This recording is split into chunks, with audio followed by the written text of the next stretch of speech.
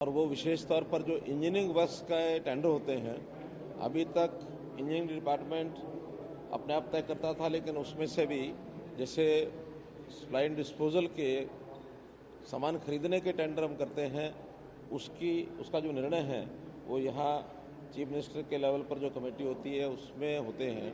इसी प्रकार engineering works के काम भी 10 करोड़ रुपए से ऊपर जो होंगे वो इसी कमेटी के द्वारा तय किए जाएंगे। और इस नई परंपरा की ये पहली मीटिंग थी जिसके अंदर आज 10 प्रोजेक्ट्स के लिए टेंडर इनवाइट किए हुए थे, उनको सबको खोला गया।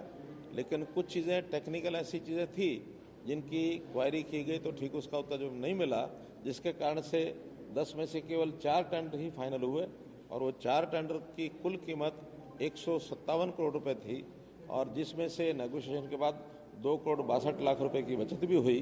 तो इस प्रकार से ये आज 4 टेंडर फाइनल किए हैं। बाकी 6 टेंडर में से 2 टेंडर रद्द किए हैं।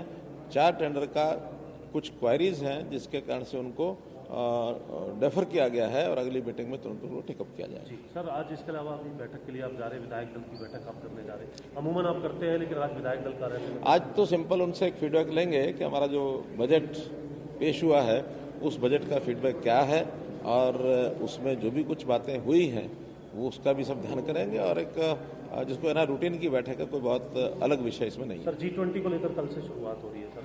G20 देश के सभी प्रांतों में जो कार्यक्रम हो रहे हैं उसमें हरियाणा को 2 कार्यक्रम मिले हैं, जिसका जो पहला कार्यक्रम कल 1 तारीख से शुरू होगा और 4 तारीख को समाप्त होगा।